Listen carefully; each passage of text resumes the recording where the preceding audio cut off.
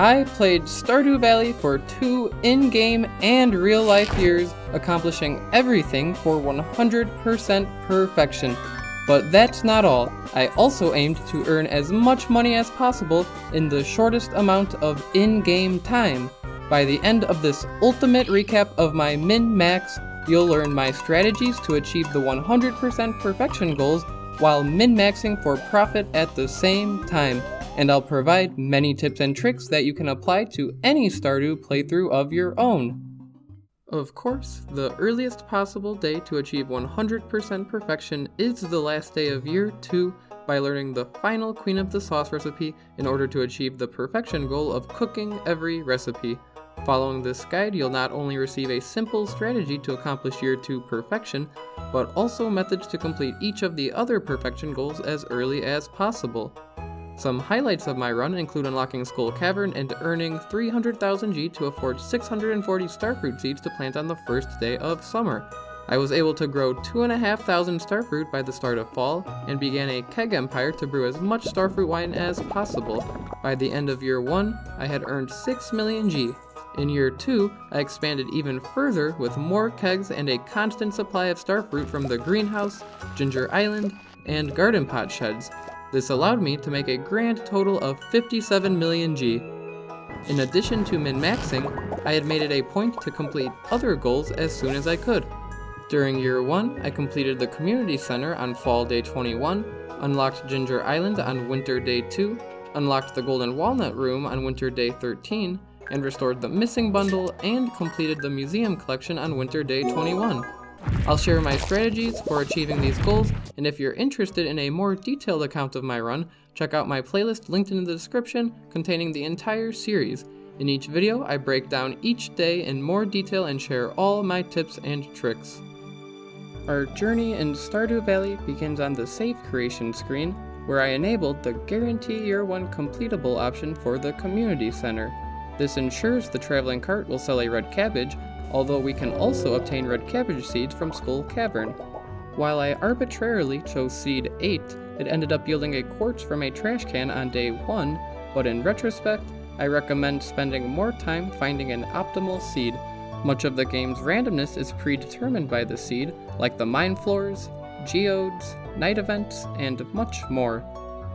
The first crucial step in this run is to zoom the screen out as much as possible, allowing us to see much more of the screen, which will have a lasting impact on the entire playthrough and especially help in the mines and Skull Cavern.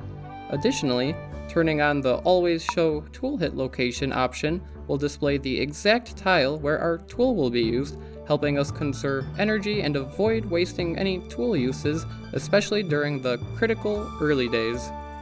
The first day of the run, Year 1 Spring Day 1, is arguably the most impactful. It lays the foundation for the rest of the run. Traditionally, clay farming is the most profitable first day strategy. However, I began this run over 2 years ago when the 1.5 update was released and was unaware of its profitability. The first month of my run draws inspiration from Brandigan BTW and Red Touch 8 Skull Cavern style min-max runs, where the goal is to unlock Skull Cavern as soon as possible and gather tons of iridium ore for profit to afford Starfruit seeds on the first day of summer. Since I won't be using the traditional clay farming method, it means my strategy is also viable for console and mobile players. I do sometimes use Mousy Pound's predictor, but it is definitely not required for this run to be viable. Since there isn't a specific first day strategy for making money, we spend the day clearing out space on the farm while gathering resources, hoping for mixed seeds to gain free farming XP after growing them, as well as some energy restoring forageables. I also use this time to meet every NPC in the game to fulfill the introductions quest, except for Willy, who is out on a fishing trip. Fortunately, Willy returns on day 2 offering a fishing rod, allowing us to start making money by fishing. During these early days, we are stuck with the default 12 inventory slots, so I bring a chest with me wherever I go fishing.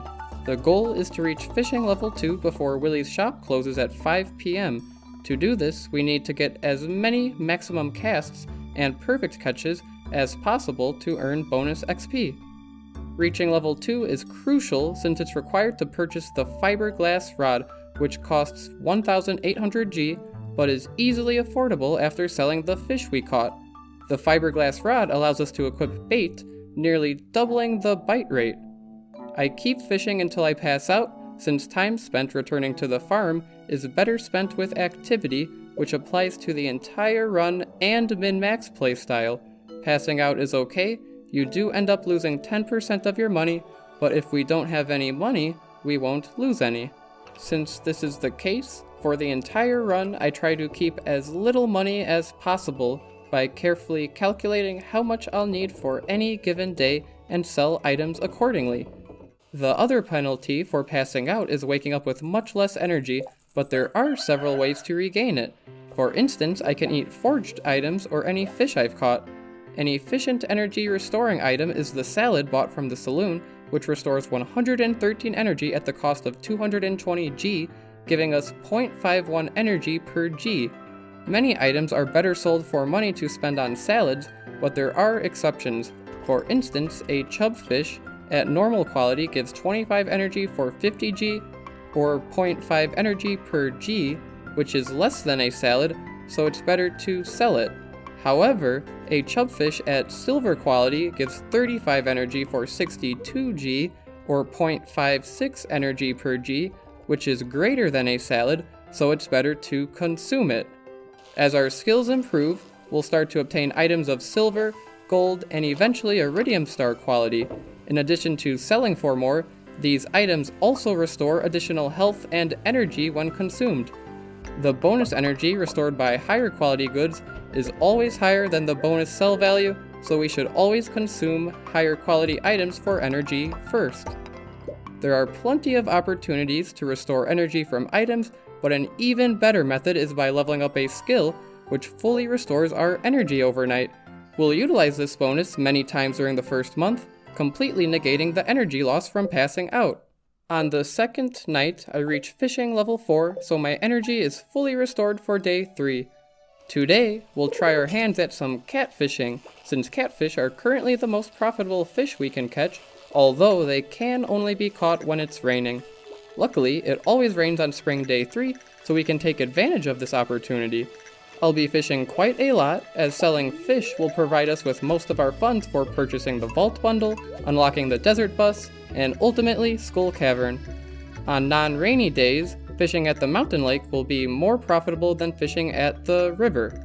One seemingly odd but important task on day 3 is purchasing a single copper ore from Clint, dropping it from our inventory, and picking it back up.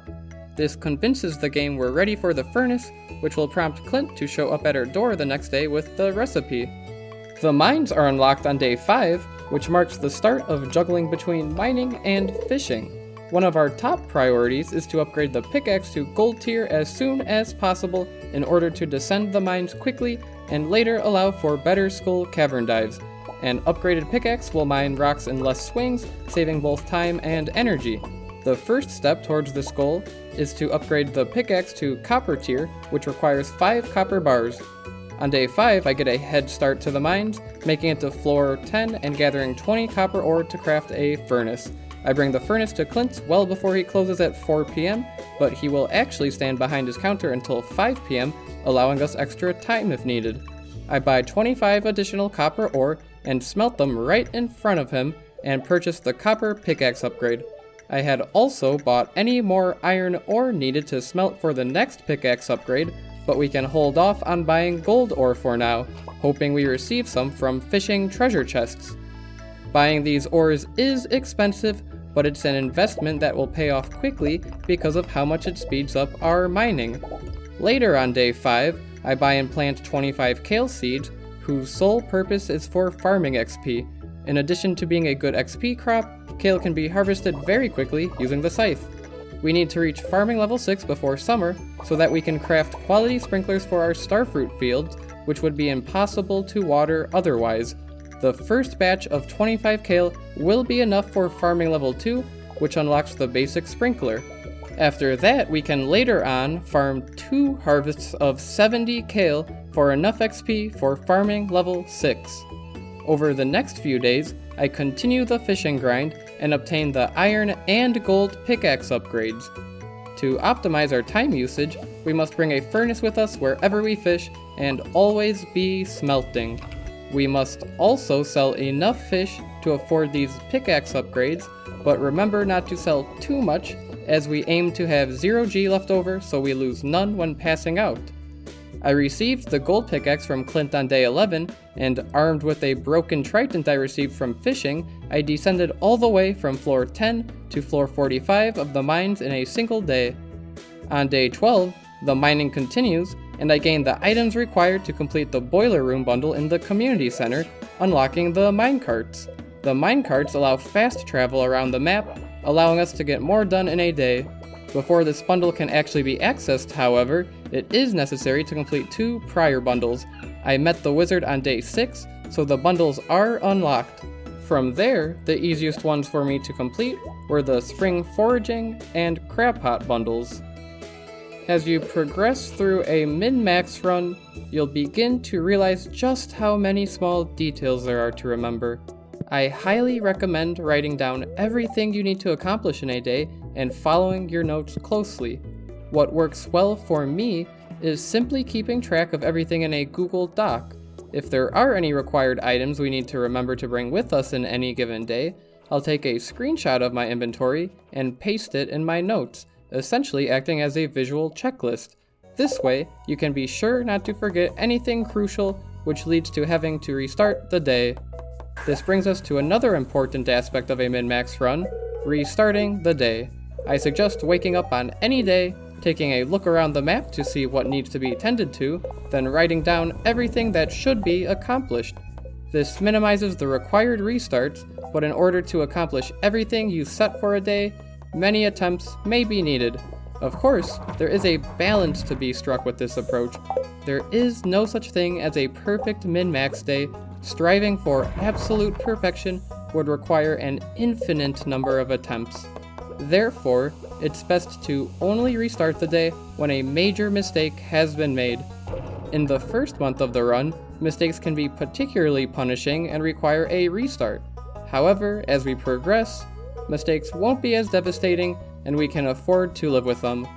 I've found that restarting a fair number of days is necessary to achieve the best results, but I try not to overdo it to the point of exhaustion. Everyone has their own limits, intentions, and time for a min-max run, so it's best to determine the extent to which you want to restart and plan your days accordingly. On day 14, as we near our goal of reaching Skull Cavern, I purchase 70 more kale seeds and take advantage of our newly acquired basic sprinklers, which will save us time and effort in watering the crops. We'll need to buy and plant another 70 kale later on day 21, which will be the last needed for farming level 6. Balancing our time between mining and fishing becomes even more important now, as we strive to reach the bottom of the mines and obtain the skull key, while also earning enough money to purchase the vault bundle for access to the desert. Our best bet is mining on good or super luck days, increasing the chances at finding ladders on each floor, allowing us to traverse faster. I also utilize the broken trident I found, but it's also possible to find other weapons to use in the mines. Although it is very late in the journey, the obsidian edge is guaranteed on floor 90. However, I find it best to ignore enemies as much as possible and solely focus on making it to the bottom. Gathering copper and iron for basic sprinklers is necessary, but later on, Skull Cavern will provide us with more lucrative opportunities for gathering the ores we'll need to craft quality sprinklers. On the other hand, non-lucky days, but especially rainy days, remain the best bet for fishing to make a profit and reach the 42,500 G needed for the vault bundle. Catching the legend fish on day 15 provides a nice additional earning of 11,250 G with the angler perk, which highlights another important point: to sell as few fish as possible before reaching fishing level 10. The angler perk provides a 50% sell bonus on fish, meaning any fish we have stored up instantly become worth more upon selecting the perk. It's preferred to sell other various items you're bound to acquire, such as minerals, which are much better sold now as we can always donate more later on. It's also better to sell forageables and crops we grow if their energy to G ratio is less than that of a salad. However, it is inevitable that we will have to sell a good amount of our fish before reaching level 10 and acquiring the sell bonus in order to afford the necessary upgrades. By carefully managing my funds and time, I have enough money by day 17 to afford the Vault Bundle, and am able to reach the bottom of the mines on the same day to finally unlock Skull Cavern. However, I decide to spend a few extra days grinding 500 dust sprites, unlocking the Burglar's Ring for increased enemy drop rates. This ring is more powerful than it first appears, as there's a lot of useful and valuable items we can get from Skull Cavern monster drops. With our preparations complete, we can finally begin our Skull Cavern dives. Our goal is to mine as much iridium ore as possible, which we will smelt into bars, which normally sell for 1000 G each. However, we will hold off on selling any of it until we reach mining level 10 and unlock the blacksmith perk, allowing us to sell iridium bars for 1500 G each instead. My first couple Skull Cavern dives started off slow, but after eventually finding a prismatic shard and obtaining the galaxy sword, my efficiency increased. I also used every diamond and ruby I found by trading them to the desert trader in exchange for triple shot espressos, which increase our movement speed, and spicy eel, which increases our luck and further boosts movement speed. During the dives, I find it important to focus on getting as deep as possible first, avoiding wasting time on the sparse ore nodes, then utilizing bombs for quick clearing of grouped ore nodes deeper down. Day 25 is a Thursday, a very important day for this run. On Thursdays, Sandy sells deluxe speed grow for 80 G each, and will need enough money to buy them for our summer Starfruit fields. In my case, I bought 640 for 51,200 G. Also, the Desert Trader offers a magic rock candy for 3 prismatic shards on Thursdays, which is well worth it by providing plus 5 luck, allowing us to have an insanely lucrative dive on day 26 while utilizing it. I was able to make it to floor 120 and gain 380 iridium ore in this single dive.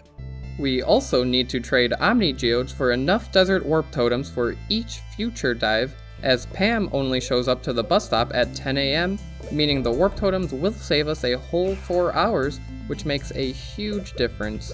Further, we saved the 500 G on the bus ticket and can conveniently warp to the desert from wherever we may be. After our successful Skull Cavern expeditions, our attention turns towards preparing our fields for summer. But let's first discuss our approach to achieving 100% perfection. In this first month, our focus was on maximizing profits, so we've somewhat neglected gaining friendship points with the NPCs. However, I did make exceptions for their birthdays, and was able to give every NPC a gift on their birthday, except for Pierre, who still doesn't deserve a gift. It's more worth our time to spend that day making our final Skull Cavern push for even more iridium ore. Further, we skipped both the Egg Festival and Flower Dance this year in order to maximize the time in those days to the fullest. We also don't focus much on donating minerals or artifacts to the museum, as it will be straightforward to complete later on. It's better to sell the minerals for extra profit opposed to donating, but we can donate the artifacts since they don't sell for much. As we approach the end of spring on days 27 and 28, it's time to prepare our fields for summer. In order to do this efficiently, an upgraded hoe and axe are required. The gold hoe will unlock its charge to a 3x3 space, and the steel axe will make clearing trees on the farm faster in addition to clearing large stumps and logs. I obtained these upgrades by day 26 and move on to upgrading my pickaxe to Iridium tier, which will come in handy for more Skull Cavern dives during summer. The last 2 days of spring are spent clearing the farm to make space for our Starfruit fields. It's time to make use of another min-max trick. By hoeing all the tiles we plan to plant on, then planting cheap seeds in the space, we can save time tomorrow. Although the parsnip seeds will wilt overnight moving to summer, the farmland will remain hoed, and the quality sprinklers will water the tiles the next day. Doing this allows us to skip the re-clearing, re-hoeing, and watering steps. Since each quality sprinkler covers 8 tiles, I need to craft 80 to cover my fields. Unfortunately, I'm short on materials and can only craft 60 for now. In addition to field preparation, we'll need to sell enough iridium bars and other items to afford the desired amount of starfruit seeds for summer day 1. I'll need 256,000 G for 640 starfruit seeds. We see our earnings when we pass out and can continue our journey into summer. In this run, the purpose of spring was to earn enough money and resources to maintain starfruit fields during summer. The starfruit, when turned into wine, will be the real moneymaker. However, we won't receive the actual profit from this until the end of winter. Therefore, we'll still need a source of income during summer to afford more upgrades and more starfruit seeds. We'll gain all this money from continuing Skull Cavern dives and also selling a portion of our starfruit crops. In order to actually turn the starfruit into wine later, we'll need as many kegs as possible, meaning we'll spend much of summer setting up tree farms for oak resin and wood. I also begin to make some progress towards the perfection goals, specifically keeping in mind any season-exclusive requirements, such as fish and crops only obtained during summer. We begin summer day 1, where we can purchase the starfruit seeds from Sandy, then plant them on the farm. We must scythe the dead parsnips, then plant every starfruit seed. I was able to craft some more sprinklers, and had to manually water some spaces, but was able to plant 606 of the 640 starfruit seeds. Looking back, I should have prepared better with having more quality sprinklers on the last day of spring, but this is a good amount to start, and will continue expanding the fields later on in summer. It's also important we purchase at least one of every summer seed from Pierre, but these can be planted on day 2 since our main focus is the starfruit. We will need to eventually ship at least one of every crop for a perfection goal, but sooner than that we require some crops for community center bundles. Red cabbage seeds can normally not be purchased from Pierre until summer year 2, but they're actually obtainable prior as a rare drop from enemies in Skull Cavern. The red cabbage must be grown to complete the community center's dye bundle. An earthquake occurs overnight into day 3, opening the path to the railroad and spa area. This marks the start of our tree and tapper farm to gather oak resin and wood for crafting kegs. I plant all the acorns I've gathered so far, and also plant pine cones and maple seeds which we can later chop for additional wood. Any days with no required tasks or chores are best spent at Skull Cavern, as we'll need a constant supply of money to afford more starfruit seeds and upgrades such as more tool improvements, but also constructing and improving buildings on the farm. The upgraded barn and coop will be required to obtain animal products needed for community center bundles. I wake up to a lightning storm on day 5, realizing I have not yet reached foraging level 6, meaning I cannot yet craft lightning rods. Crafting lightning rods early is important to obtain lots of battery packs used for crystallariums, iridium sprinklers, and unlocking Ginger Island. Therefore, I spend time chopping trees to obtain the XP to fulfill this requirement. Foraging always seems to be the most difficult skill to level up, but we'll continue receiving XP from chopping all the trees we grow, in addition to frequent visits to the secret woods to chop the stumps, which also builds a valuable stockpile of hardwood. Days 13 and 26 of summer are always stormy, so we'll want plenty of lightning rods for these days. Further, upon any day that it is storming, we can use a rain totem on that day to guarantee another lightning storm the next day. I'm able to buy an apple and pomegranate sapling from Pierre on day 7, which will grow in a month and begin to bear fruit required for the artisan, fodder, and enchanter's bundles.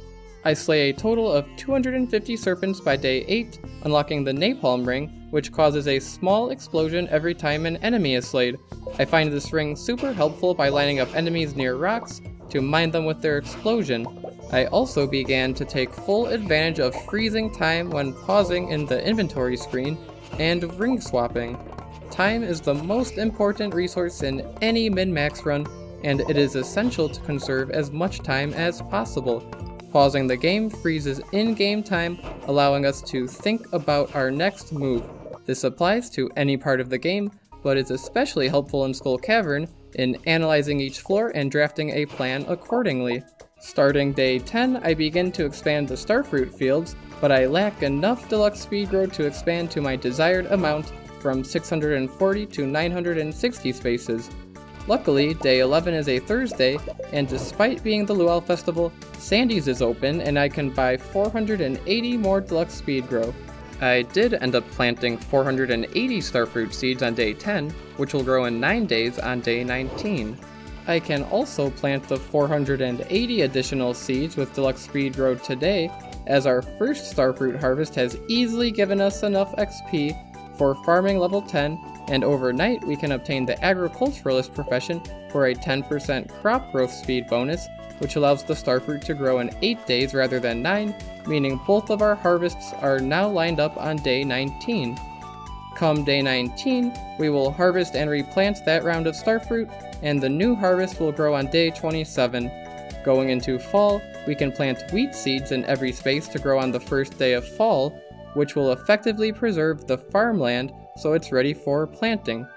To afford all these Starfruit seeds we'll be planting, we try to rely on money earned from selling iridium bars from continued school cavern dives. However, it's likely we'll also need to sell some of our Starfruit to afford additional seeds. It's always best to sell the Gold Star Starfruit and save the lower quality ones for kegging, since low quality fruit gains more total value in kegs than high quality. But before moving to fall, there's a few more accomplishments made in summer to point out. I've upgraded my axe to Iridium tier, built a big coop, deluxe barn, and stable for the horse, which provides a fantastic speed boost. It even stacks with coffee and spicy eel. I've also managed to catch all the summer exclusive fish, including the legendary crimson fish. Additionally, I donated enough to the museum to be rewarded with the sewer key. I even made sure to remember every NPC's birthday this month and gave them each a gift.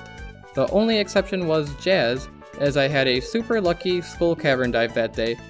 The dwarf was a bit tricky since I didn't have the Dwarvish translation guide by his birthday, but I was able to grind for the last dwarf scroll needed and give him a loved gift. This summer, we successfully cultivated an impressive 2,500 Starfruit. If we process them all into wine, they'll sell for nearly 8 million G. However, to achieve this, we'll need an expansive keg empire, which we'll work on soon. As the season comes to an end, we attend our very first festival, the Dance of the Moonlight Jellies, and we welcome the arrival of fall. The purpose of summer was to cultivate as much Starfruit as possible, which we successfully accomplished. We also began a tree farm, which will need to be expanded further in fall, where we'll also begin to craft kegs. Same as summer, we'll need to complete any season-exclusive requirements during fall, and we will even complete the community center. On the first day of fall, I harvest the wheat and plant 960 pumpkin seeds, along with a variety of other fall crops. This ensures we have every type of crop for shipping, gifting, crafting, cooking, and completing the community center. On the second day, I awaken to an upgraded house featuring a kitchen, enabling us to prepare a fried egg and maki roll for the chef's bundle, and eventually every recipe for perfection. Additionally, I craft my first kegs and start brewing coffee to maintain a steady supply of triple shot espresso for a speed boost. Fall is also when I start to have many different farm chores to tend to, such as gathering cave mushrooms for healing or profit, tending to crab pots for the fish and trash, which can be recycled, and managing machines like furnaces and artisan good crafters. I take time to pet the animals often, but their products can easily be collected with the auto grabber, which I acquired from a skull cavern chest. These miscellaneous items gathered from farm chores are essential for community center bundles and achieving the shipping, crafting, and cooking perfection goals. We unlock the special orders board on day 2, offering weekly quests with unique rewards. The first few orders I received don't provide impressive rewards, but future ones will provide us with crafting recipes required for perfection. As fall progresses, I catch fish exclusive to the month, including the legendary angler, and begin to give gifts to NPCs while running errands. Unfortunately, I miss Elliot's birthday since he stays in his house on rainy days, so I'll have to compensate with extra gifts later on. Otherwise, I was able to give every other NPC a birthday gift during fall. We must continue our skull cavern dives to maintain an income from iridium, but also to amass other resources including stone and gold for crystallariums, and copper and iron for kegs. I find my first luck ring, which provides +1 buff luck, the same type of luck that food provides. Buff luck is very strong, as for every point, both the odds of finding a ladder to the next floor and a treasure floor increase by 1%. So a magic rock candy with +5 luck gives +5% to both rates, and 2 luck rings would give another 2% to both rates. Our first pumpkin harvest occurs on day 9, and we replant seeds for harvests on day 17 and later day 25. We'll utilize the few days after that by fitting 2 harvests of wheat before winter, providing hay for the animals. Harvesting the pumpkin and other fall crops in addition to apple and pomegranate trees that grew allow us to complete the pantry bundles and unlock the greenhouse. I also caught the remaining fish to complete the fish tank bundles, which will unlock panning. The greenhouse is repaired overnight, and I begin setting it up with 3 of each fruit tree on day 9. Primarily, the greenhouse will yield a constant supply of starfruit, but I also plant the ancient seeds I've managed to gather, and some strawberry seeds obtained from processing a strawberry I received from the traveling cart in a seed maker. Day 13 is an important day, as every Saturday the desert trader offers 1 winter seed in exchange for 2 spring seeds, allowing us to acquire the crocus and snow yam ahead of winter. I get lucky and grow both from just 5 winter seeds in the greenhouse, but I highly recommend saving additional spring seeds for more winter seeds to guarantee growing the crocus and snow yam. Day 16 brings the Stardew Valley Fair, where we must attend to acquire the Star Drop and Rare Crow rewards. In addition to ready pumpkins on day 17, a sweet gemberry has fully grown and can be brought to the Master Cannoli statue within the Secret Woods for a Star Drop. I also complete the Mysterious Key quest line, unlocking access to the casino. Since I got lucky with both a crocus and snow yam, I can complete the crafts room bundles and repair the bridge to the quarry. On day 21, the traveling cart is luckily selling a nautilus shell, which is the last item needed for the bulletin board bundles. Again, the game seed I chose was arbitrary, but by using Mousy-Pound's predictor tool, I was able to see that the traveling cart would be selling this item on fall day 21. I'll provide a link to a previous tutorial video I made on how to use the predictor in the description for anyone curious. Donating the nautilus shell finally completes the entire community center on day 21 of year 1. On day 22, I visit the casino and get crazy lucky with the best slot machine reward, providing more than enough key coins for the Rare Crow and enough farm warp totems to last the rest of the run. I complete the entire Wizard and Crowbiz questline by finding the Dark Talisman in the Mutant Bug Lair, which opens the Witch's Hut, where we can obtain the magic ink, now allowing us to build magical buildings for our farm from the Wizard's Tower. I also buy a fish pond, since the unique items they produce will need to be shipped, and the caviar can help complete the missing bundle. Day 23, I made my first visit to the quarry and completed the mini dungeon, acquiring the gold scythe in the process. I cleared the quarry of rocks and planted tree seeds to establish a designated tree farm for wood, while the railroad area continues to serve as a tapper farm for oak resin. Both resources allow us to craft a considerable amount of kegs by fall's end, although the amount will increase exponentially during winter. I also bought my first shed, which will be filled with crystallariums producing jades, the value of which will be revealed later on. I also visited Caroline in her greenhouse to receive the recipe for the tea sapling, and completed Gunther's Fragments of the Past and Robin's Resource Rush special orders, unlocking the bone mill and stone chest recipes. These are all examples of some small things that can easily get overlooked, but are required for perfection. Day 27 marks the Spirits Eve Festival, which is required to attend for the Rare Crow and Jack-o'-lantern recipe. During fall, we were able to start an expansive keg empire and even begin brewing Starfruit wine. We also completed one of the most important milestones in the game, finishing the community center. This is usually accomplished sometime during year 2, since winter exclusive items are required, as well as the red cabbage, which Pierre only sells seeds for starting summer of year 2. However, we were able to find red cabbage seeds from Cavern, complete the greenhouse as soon as possible by growing pumpkins with deluxe speed grow, allowing us to plant winter seeds inside the greenhouse to gain the crocus and snow yam ahead of winter. And finally, we also got lucky with the traveling cart selling a nautilus shell. But an alternate way to obtain this item could also be hoping to get lucky with a gift in the mail from Demetrius. With fall behind us now, we can move on to winter. Winter. Typically considered the most boring month in the game of Stardew Valley, due to the fact that crops cannot grow during this time. However, this month ended up taking more planning on my part compared to any of the others, since I unlocked Ginger Island and began making notable progress towards the perfection goals. At the same time, I also continue min-maxing by expanding the Keg Empire, which allows us to get a fair amount of Starfruit wine to sell by the end of the year.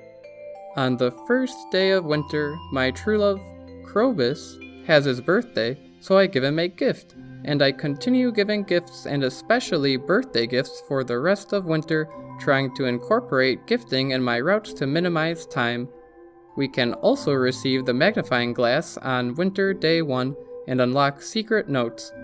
I also repaired Willie's boat today, unlocking Ginger Island the next. Right away on day 2, I traveled to Ginger Island for the first time. The adventure begins with meeting Leo and completing the gem bird puzzle early by use of Mousy Pound's predictor tool. I ascend the volcano, battling enemies and collecting resources. Making it up to the forge on the first day allows me to get upgraded gear as soon as possible to help with future runs. Using the cinder shards I collected, I'm able to enchant my pickaxe with Swift, combine my iridium band with my luck ring, and my napalm ring with my burglar's ring. Mousy Pound's predictor tells me what reforge I'm going to get in advance, allowing me to pick the optimal tool for that round of enchantments. Day 3 marks the extremely important purchase of the Galaxy Hammer, a weapon far more powerful than the sword with its smash attack. I also begin to catch unique winterfish and complete Demetrius' special order for the farm computer recipe. Day 4 begins at the Oasis, buying over 500 Starfruit seeds and deluxe speed grow. It is essential we maximize the potential of the island farm by growing Starfruit here, which will have a harvest every 8 days.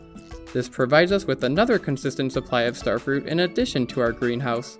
On day 5, I collect 28 golden walnuts through solving puzzles, watering my way across lava, searching many bushes, digging up marked spots, and navigating secret passages. I use them to unlock the dig site and sleep hut. The day ends with a volcano run. Normally, when passing out at Ginger Island after unlocking the sleep hut, we would wake back up at the island. However, there was a glitch at the time when reloading a save, so the game put me back at the farm on accident. I returned to the island on day 6 and acquired the Island Warp Totem recipe, which is too costly to use, as we can always just warp to the beach and take the boat. However, the Island Warp Totem can be utilized on festival days when Willie's is locked. After another volcano run, I enchant my watering can with Bottomless, my axe with Swift, and enhance my Galaxy Hammer with 2 emeralds for increased swing speed and 1 ruby for extra damage. On day 7, I pay the Statue of Uncertainty 10,000 G to swap my combat profession to Acrobat, which reduces the cooldown for my hammer's smash attack. I also unlock the Island Resort and Pirates Cove area, and fish up the island-exclusive lionfish, stingray, and blue discus. Day 8 is the Festival of Ice, where we can purchase a rare crow, but this same one can be sold by the traveling cart, which is how I acquired it. After attending the festival, I use an Island Warp Totem to Ginger Island and visit the Pirates Cove again, this time much more lively. The pirates challenge me to some darts, and I win some golden walnuts, which I use to unlock the Island Trader. I wake up at the island on day 9, and had to make sure to not reload this day since the glitch would have put me back at the farm. This lets me get an early start to the volcano and utilize the Galaxy Hammer Smash attack to quickly clear enemies. There is a method to first use the Smash ability, then quickly click the normal attack button to deal tons of damage at once.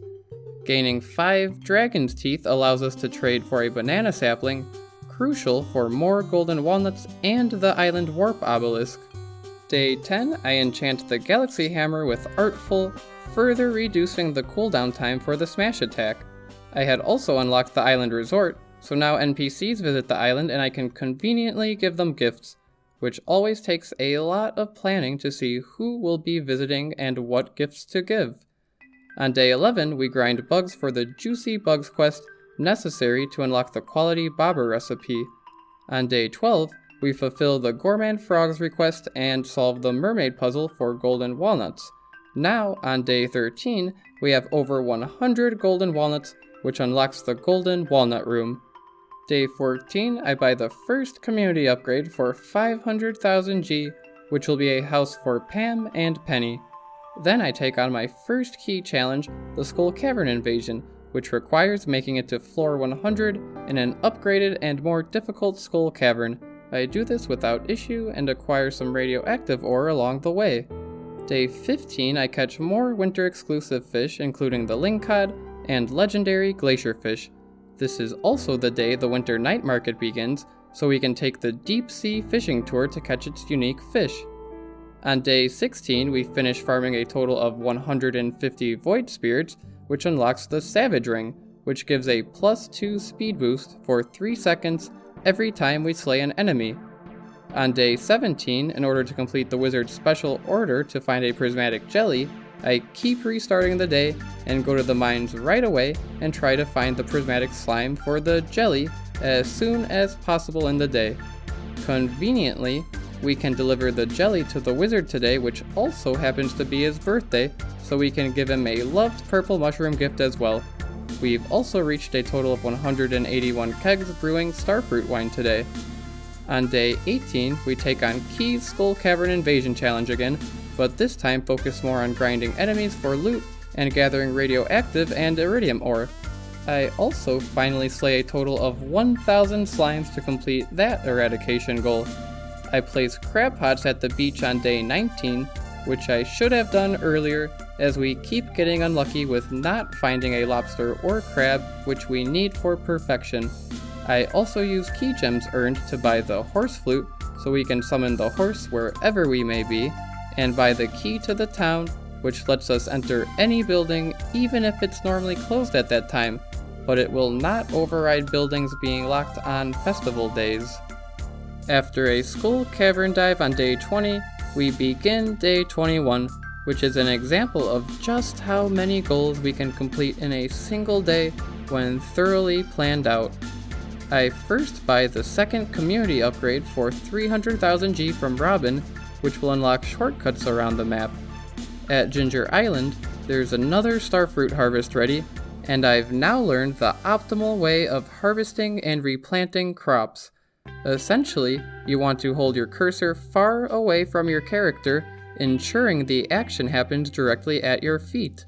Then you walk over every farm tile, harvesting the Starfruit and replanting at the same time. This does take quite a bit of real-life time, but since the game freezes during the harvest animation, the only time that is accounted for is walking from tile to tile, so this ends up being a very in-game time-effective harvesting and replanting strategy. With this method, I'm able to harvest and replant all the island Starfruit in just 3 in-game hours. While I'm at the island, I buy a mango wine from Gus and make some trades with the island trader for some recipes. Back at the valley, I dig up a green strange doll, its location learned from a secret note. This is my final artifact to complete the museum collection, and we obtain a star drop for doing so. I enter the abandoned Joja Mart and donate a gold star void salmon, caviar, dino mayo, prismatic shard, and the gold star mango wine I bought earlier. This restores the missing bundle and will unlock the movie theater, where we can see movies with NPCs once per week to gain extra friendship points. Later, I catch the stonefish from the mines and grab the Savage Ring from the Adventurers Guild. Having the key to the town allows us to enter Willie's past closing time and travel to Ginger Island to end this very long day with a volcano run. And if you noticed, at this point in the run, I had gotten a larger computer monitor, increasing my game screen size quite a bit.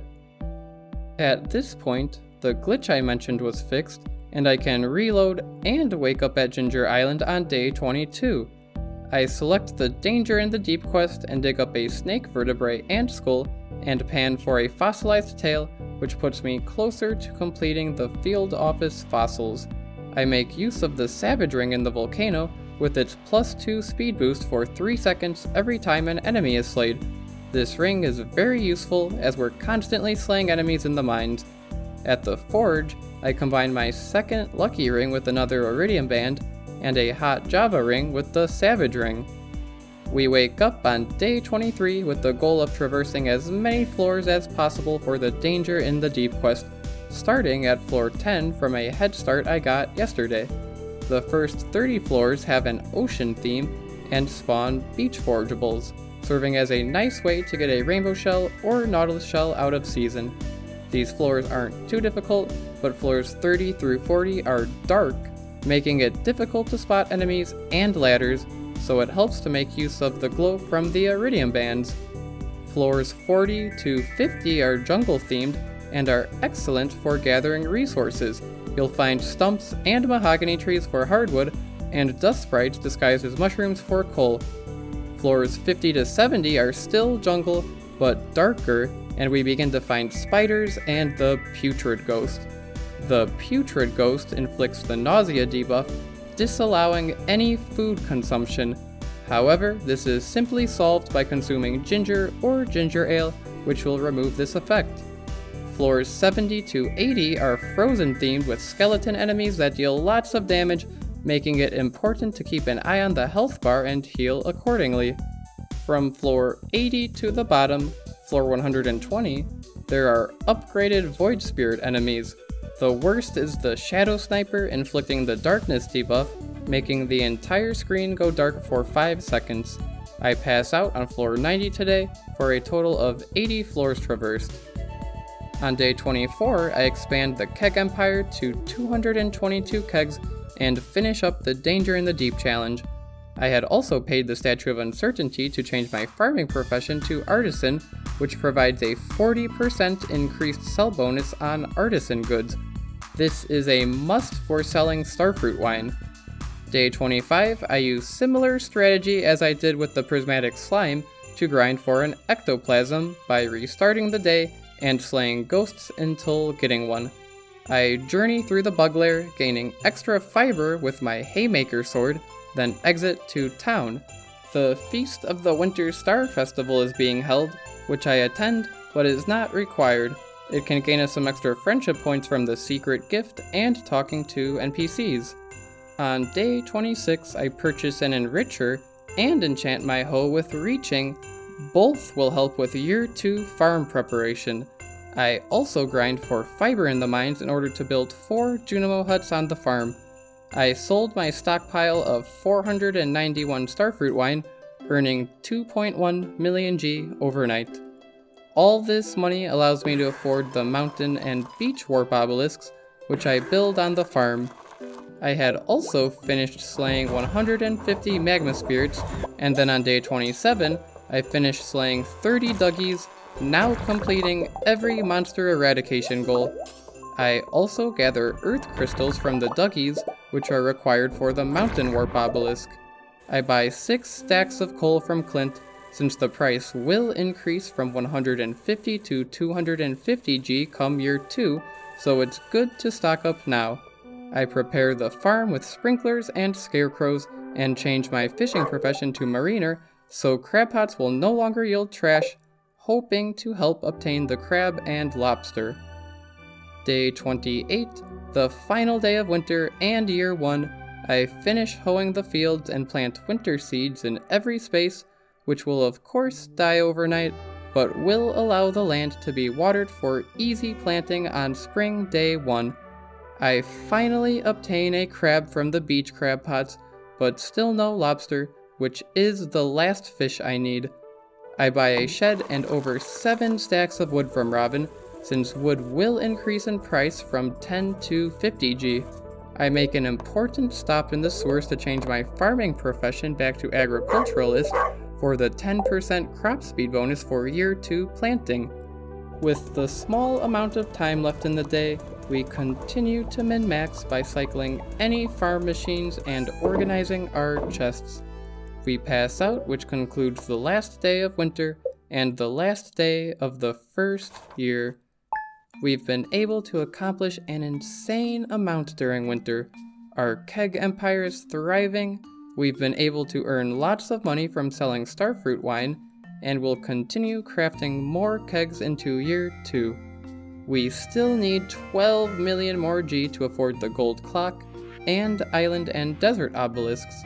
Year 2 will be all about finishing up the rest of the perfection goals, including reaching maximum friendship with all NPCs, finding the remaining golden walnuts, and crafting, shipping, and finally cooking every item. We begin the new year on the first day of spring, where I plant a variety of spring seeds, including enough coffee beans to fill the space of 2 Junimo huts, as well as all of the ancient seeds and strawberry seeds I've managed to obtain from processing the greenhouse ones in seed makers.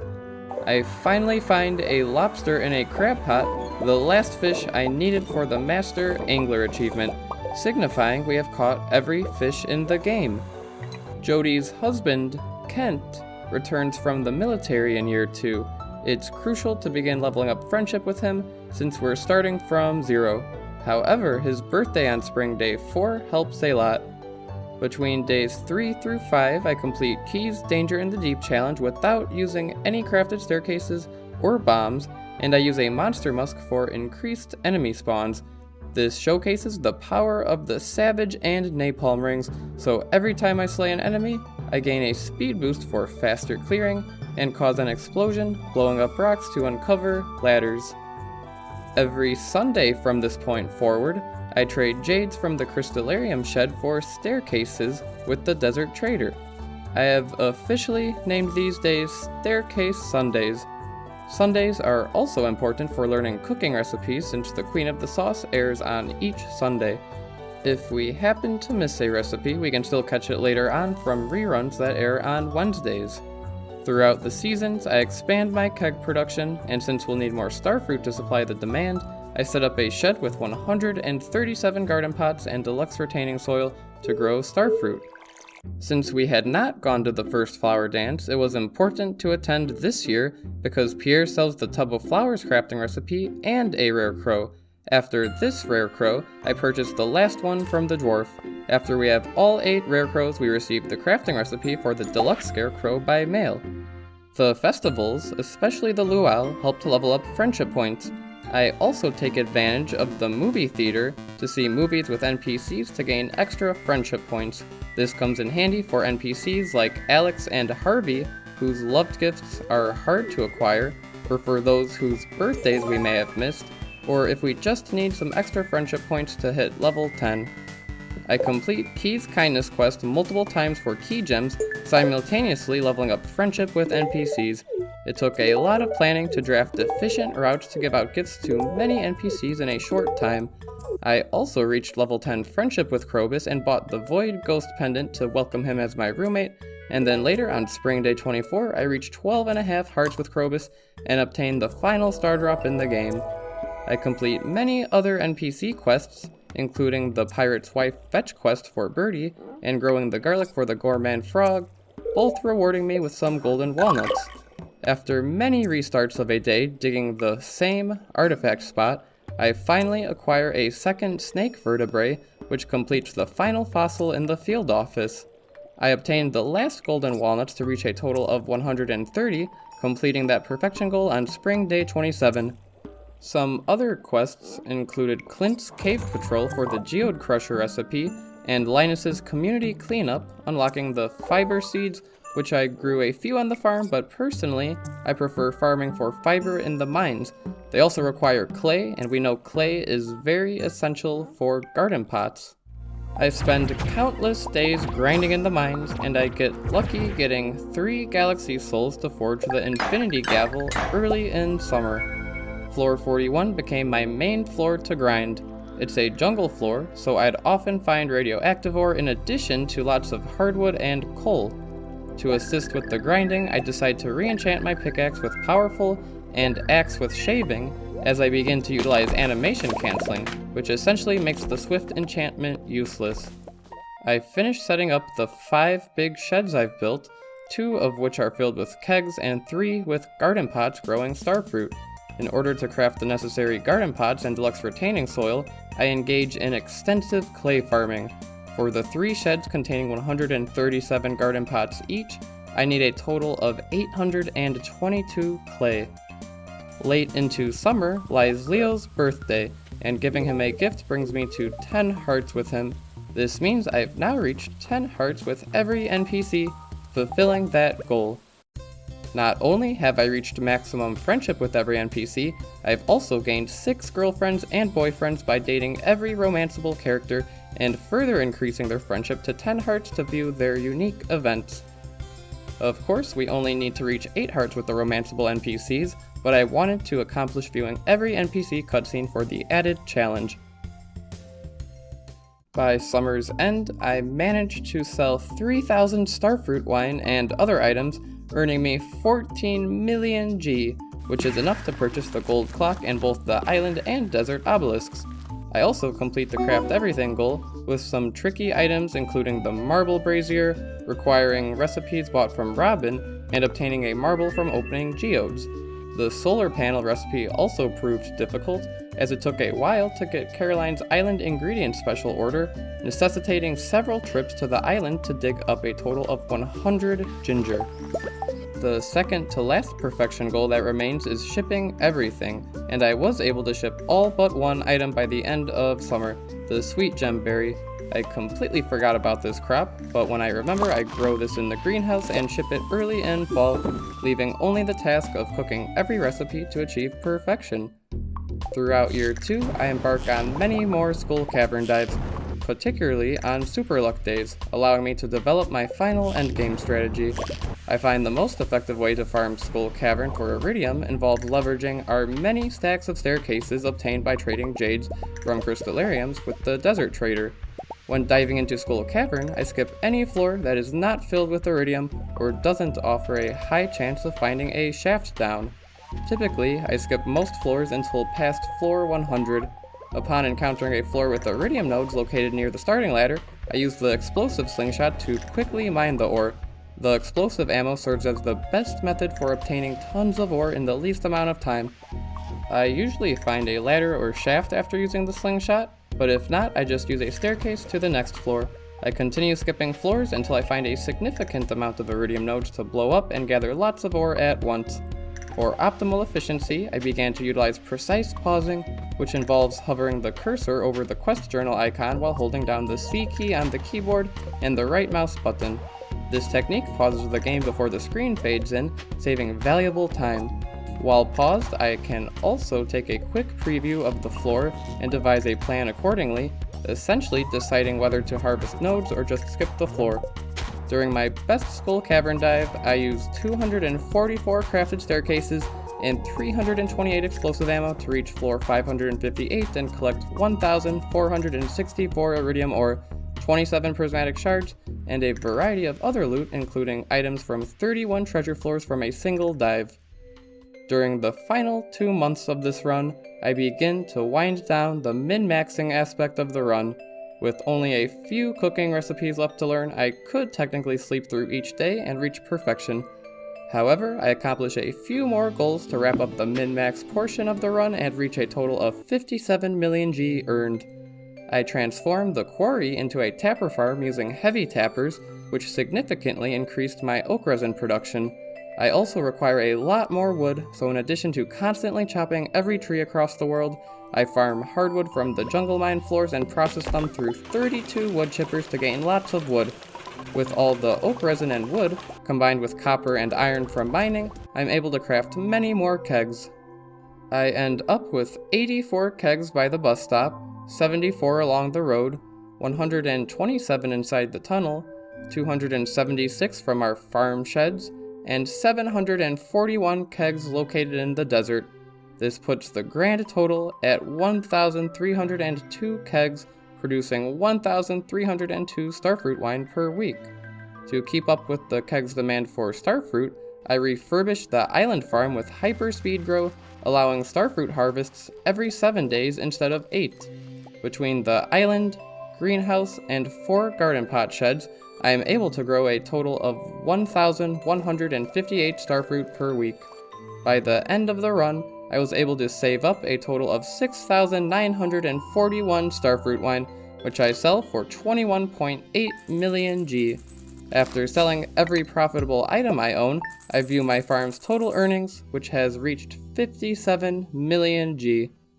As the second year concludes, I cook the final recipe and achieve 100% perfection. Over the past 2 years, we have reached remarkable milestones in our Stardew Valley journey. We began by tirelessly fishing and mining to unlock Skull Cavern, with the ultimate goal of collecting and selling vast amounts of iridium to fund the purchase of Starfruit seeds to grow during summer. Through the establishment of an expansive keg empire, we converted all the Starfruit into wine and steadily kept increasing our Starfruit wine production to reach a total earnings of 57 million G over these 2 years. At the same time, we were able to accomplish every goal for 100% perfection in the game. We reached level 10 for each skill, with level 10 Foraging being the final one reached on fall day 24. We completed every monster eradication goal by the end of year 1, and also acquired 2 of the warp obelisks. We finished catching every fish on the first day of year 2, and later in the second spring obtained the final star drop by reaching 12.5 hearts with Krobus on day 24, and finished collecting every golden walnut on day 27. By the end of summer, year 2, we crafted every recipe, achieved maximum friendship with every NPC, and purchased the final obelisks and gold clock.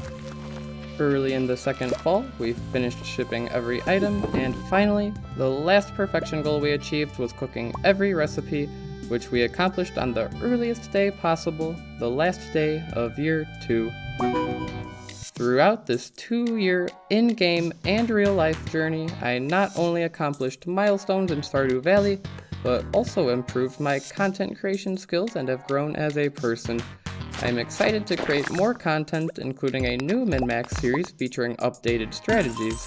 To ensure you don't miss the start of this exciting run, be sure to hit that subscribe button, and if you have enjoyed or learned anything from this recap, please leave a like and let me know your thoughts down in the comments. In addition to more Stardew content, I plan to apply my perfectionist playstyle to other games and create some video essays relating real-life topics to games. My recent one explores the psychology of idle games and an approach of how to utilize them for better motivation. Check out the link in the description, and if you're interested in seeing more of this min-max run, check out my playlist containing the entire series, which provides a comprehensive guide for anyone wishing to follow along. As always, thank you for watching, and goodbye.